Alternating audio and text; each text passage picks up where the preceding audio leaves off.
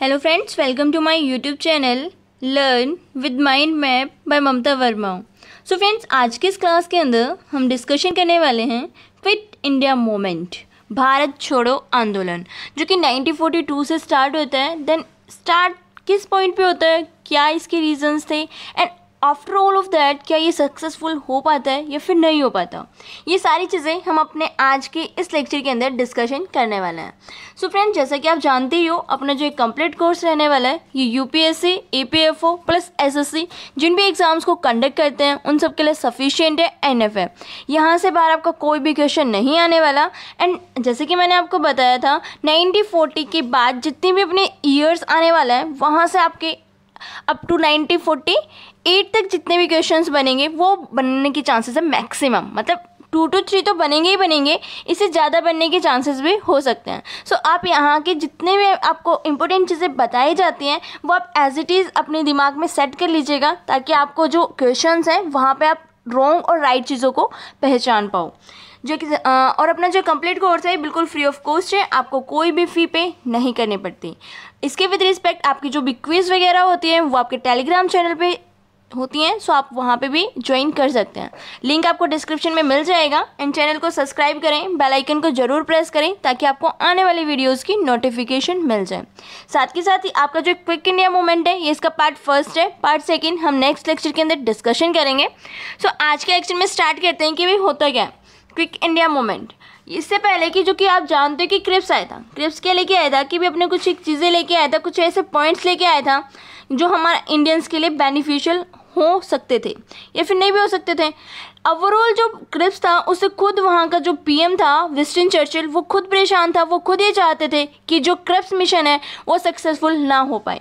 ठीक है, तो यहाँ पे जून 1942 के अंदर जो कि क्रिप्स आए थे हमारे पास, जो उसके साथ कौन था, एक पीवी सिल नाम का एक बंदा था एंड कुछ मेंबर्स थे किसके, काउंसिल के।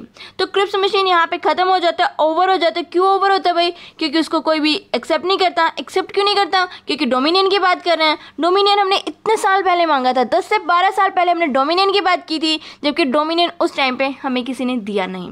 सीधी सी बात है, अब डोमिनियन दे रहे हो, अब तो हमें नहीं चाहिए, अब तो हमें कंप्लीट इंडिपेंडेंस चाहिए क्योंकि हम स्वराज बना चुके हैं। ठीक है, तो यहाँ पे क्या होता है, क्रिप्स मिशन ओवर हो जाता है। एंड जुलाई 1942 के अंदर एक क्या होती है, अपनी कांग्रेस वर्किंग कमेटी की मीटिंग होती है। सबको पता है कांग्रेस वर्किंग कमेटी की क्या होती है, मीटिंग होती है। कहाँ होती है? वार्धा के अंदर होती है। ठीक है भाई, अगर वो मीटिंग होती है तो उस मीटिंग में कुछ ना कुछ तो डिस्कशन करना ही था। ठीक है भाई, करेंगे डिस्कशन। तो वहाँ पे गांधी जी कुछ डिस्कशन करते हैं, हर बंदा परेशान हो चुका है भाई, हर बार बोलते हैं डोमिनियन ले लो, डोमिनियन ले लो। हमें नहीं चाहिए डोमिनियन, नहीं चाहिए तो हमें क्या चाहिए, कंप्लीट इंडिपेंडेंस चाहिए। हमारे यहाँ इंडिया से आप बाहर जाओ, निकल जाओ यहाँ से। ठीक है, तो गांधी जी क्या करते, एक मूवमेंट को स्टार्ट करते, क्योंकि ये भी काफ़ी ज़्यादा परेशान हो चुके थे। तो मूवमेंट को जब ये स्टार्ट करते हैं तो 8 अगस्त में ऑल इंडियन कांग्रेस कमेटी की एक मीटिंग होती है। किसकी? ऑल इंडियन कांग्रेस कमेटी की मीटिंग होती है। कब? 8 अगस्त को। कहाँ पे होती है भाई? एक ग्वालियर टैंक के अंदर होती है, जो कि कहाँ है, बॉम्बे के अंदर है।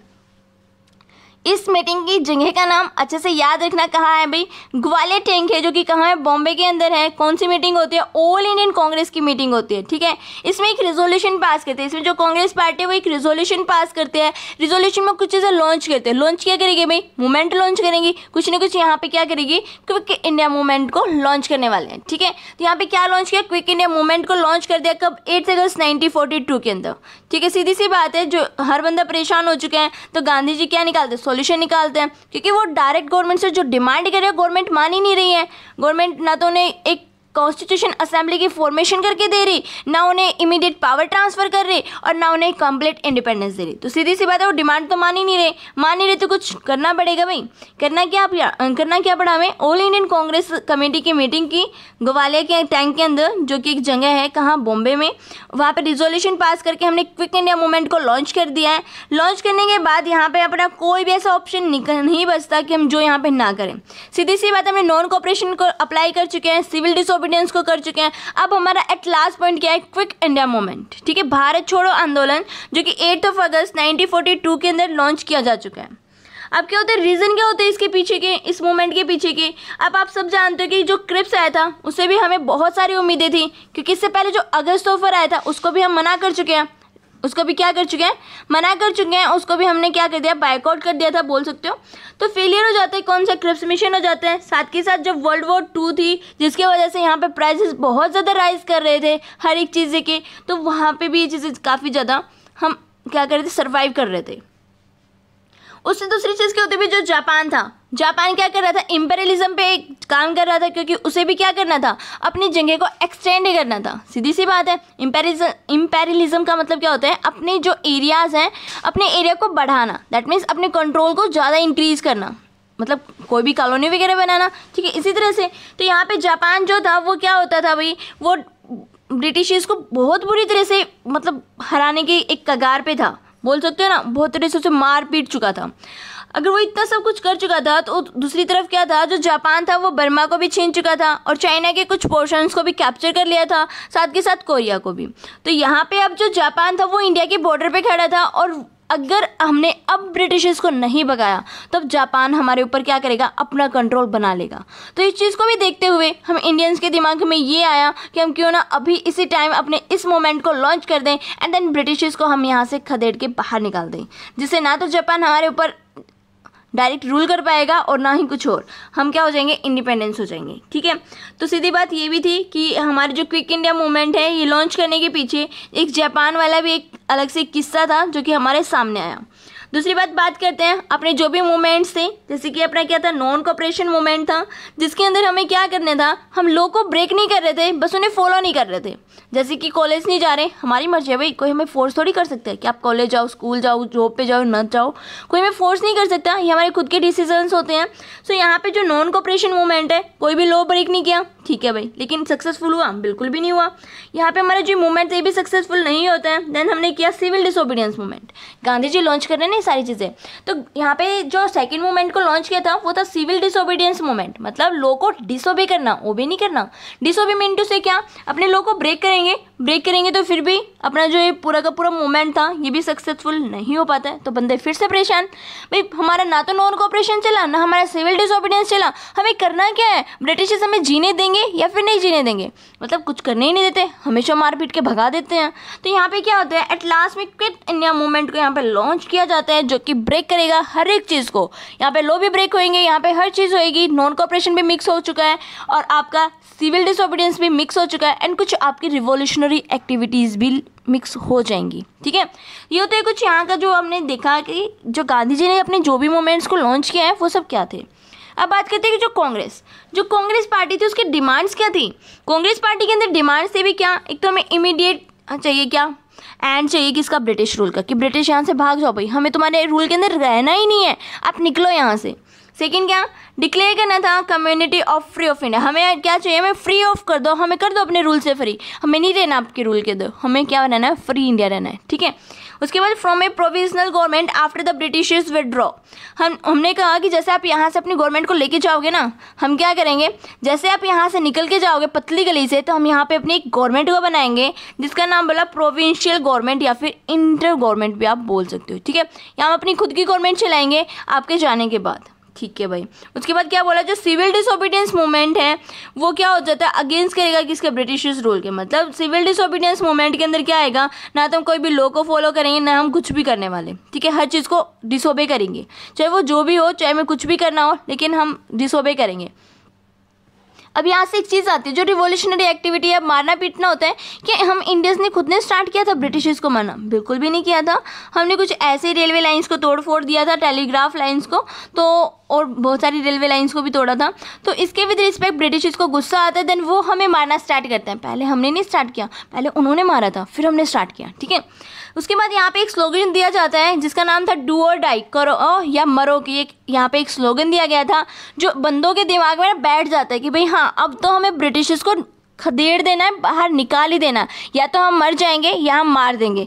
ये ऐसी फीलिंग्स बंदों के अंदर आ चुकी थी, क्योंकि नेशनलिज्म बहुत अच्छे से डेवलप हो चुका है हर बंदे के अंदर, हर एक यहाँ पे अपनी कंट्री के अंदर जो भी थे, ठीक है। अब क्या होता है, बंदे एजुकेटेड भी हो चुके हैं, ठीक है भाई, एजुकेशन उन्हें आ चुकी है, तो उन्हें ऐसा 1857 की जो रिवोल्ट में हुआ था वैसा कुछ नहीं होने वाला, ठीक है। अब हर बंदा समझदार है, वो हर चीज़ को कंट्रोल कर सकते हैं।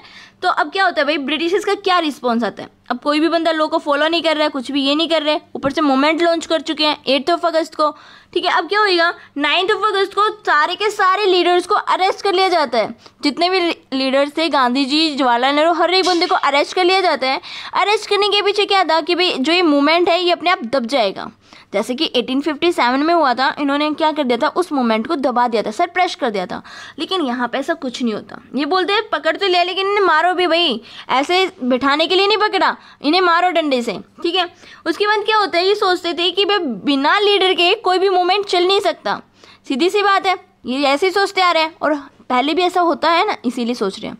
तो इन्होंने सोचा कि बिना कोई भी लीडर के जो मूवमेंट है वो वीक हो जाएगा और जो बंदों की एनर्जी है वो क्या हो जाएगी, इधर उधर फैल जाएगी, खराब हो जाएगी, ठीक है।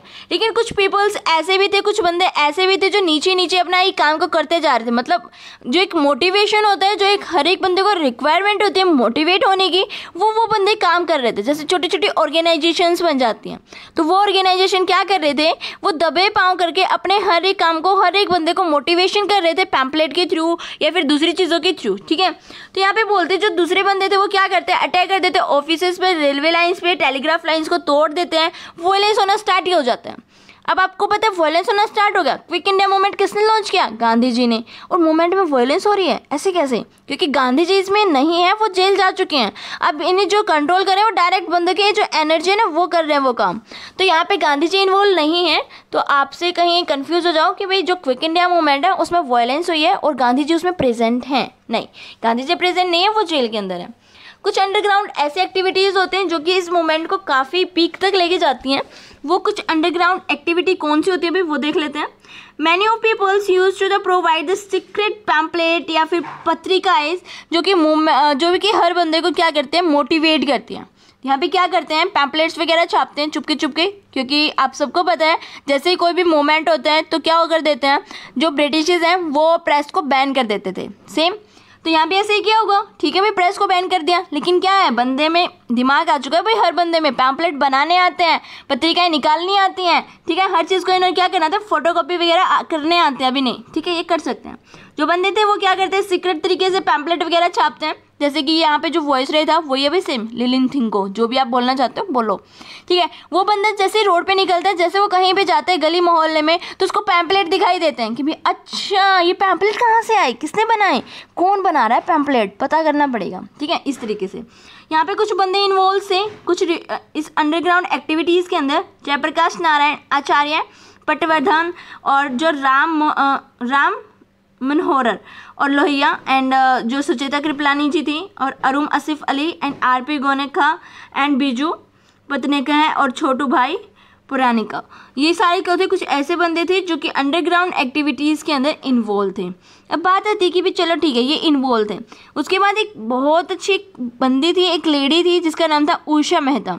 ये क्या करती थी, अंडरग्राउंड रेडियो को स्टार्ट कर चुके थे, अंडरग्राउंड रेडियो चला रही थी। ये देखो, इसने फ्रीक्वेंसी पकड़ ली, मैच कर ली इसने फ्रीक्वेंसी, और फ्रीक्वेंसी को मैच करके चीज़ों को हर एक बंदे तक पहुंचाने लगी, ठीक है। तो यहाँ पे जो ब्रिटिशर्स थे वो खुद कंफ्यूज हो चुके थे कि भाई कौन कर रहा है ब्रॉडकास्टिंग, कहाँ पे बैठे हैं ये, और इन्होंने फ्रीक्वेंसी मैच कैसे कर ली, क्योंकि इस टाइम पे बंदे एजुकेटेड है और वो हर चीज़ को करना जानते हैं, ठीक है। उस पुराने टाइम की तरह नहीं है कि एक दूसरे से कनेक्ट ना हो पाए, तो ये कनेक्ट करती रहती थी हर एक बंदे को, ताकि जो हमारी बात है, जो हमारी एक्टिविटीज़ हैं वो इंडिया के कोने कोने तक जा पहुँचे। क्योंकि पहले क्या होता था, पहले जो आपका एक जैसे कि झांसी में कुछ हुआ, वो किसी को नहीं पता कि कानपुर में कुछ हुआ, ठीक है। एक दूसरे के एरियाज़ के बारे में किसी को कुछ नहीं जानते थे कि कहाँ पे क्या चीज़ हुई है।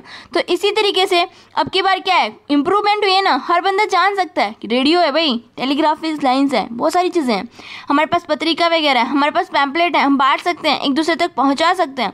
तो इस तरीके से सारी चीज़ें होती हैं। ब्रिटिश तो वैसे ही परेशान है, तो यहाँ पे 1857 के रिवोल्ट जैसा ऐसा कुछ भी नहीं होता है। तो यहाँ पे जो बंदे थे वो वैसे ही परेशान है। चलो ठीक है, ब्रिटिशर्स की नाक में दम कर दिया है। ब्रिटिशर्स क्या हुए, अब ढूंढ रहे भी हैं आंटी कहाँ पे बैठी हैं, कहाँ पे बैठ के सारी चीज़ें ब्रॉडकास्टिंग कर रही है, कहाँ पे जाके रेडियो को फ्रीक्वेंसी को मैच करके बैठे हैं। आज के टाइम पे अगर आप सोचो फ्रीक्वेंसी को मैच करना शायद नहीं कर पाओगे, क्योंकि उस टाइम पे देखो इस बंदे ने कर लिया। ये होता है जुनून इस बंदे के अंदर, कि इसके अंदर इतना जुनून था कि इसने ये चीज़ को कर दिखाया। सेम आपको भी अपने अंदर इतना ही मोटिवेशन को फिलअप कर लेना है ताकि आपका जो एग्ज़ाम है वो आपका क्रैक हो जाए। एग्ज़ाम के पीछे रोने से कुछ नहीं होता, आपको दिन रात मेहनत करनी पड़ेगी, जिसकी वजह से आप अपने एग्ज़ाम को क्लियर करने के पीछे एक पागलपन, आपके अंदर एक जोश आए, आपके अंदर एक अंदर की खुद की आत्मा बोले कि भाई हाँ तू कर दिखाएगा। ठीक है, साथ के साथ आपको ये सारी चीज़ें पता चल ही चुकी हैं। सो नेक्स्ट पार्ट के अंदर हम डिस्कशन करेंगे कि कौन कौन सी ऐसी ऑर्गेनाइजेशंस बनी थी जो कि इस मूवमेंट को सपोर्ट करते हैं। ठीक है, जो पूरा का पूरा मूवमेंट था उसको सपोर्ट करेंगे क्या, कुछ ऑर्गेनाइजेशंस। ठीक है, ऑर्गेनाइजेशन सपोर्ट करने के बाद अब आपके पास ये दिमाग में आना चाहिए क्या कि इसमें हिंदू और मुस्लिम एक हो पाते हैं, क्या यहाँ पे हिंदू मुस्लिम की यूनिटी हो पाती है, जैसे कि खिलाफत के टाइम पे हुई थी। खिलाफत के टाइम पे वो अपने मुद्दे से हमारे मूवमेंट के अंदर इन्वॉल्व हुए थे, ना कि हमारे लिए। इसमें देखते हैं इसमें क्या हिंदू मुस्लिम एक हो पाएंगे, अगर हो पाएंगे तो उसके पीछे का रीजंस क्या होगा। ठीक है, सो बात करते हैं अपने नेक्स्ट लेक्चर के अंदर इन सब टॉपिक्स पे। तब तक आप इन चीज़ों को रिवाइज कीजिएगा ताकि आप हर चीज़ों को कनेक्ट कर पाओ और आपके एग्जाम्स को आप क्रैक कर पाओ। Thank you everyone, bye bye, take care.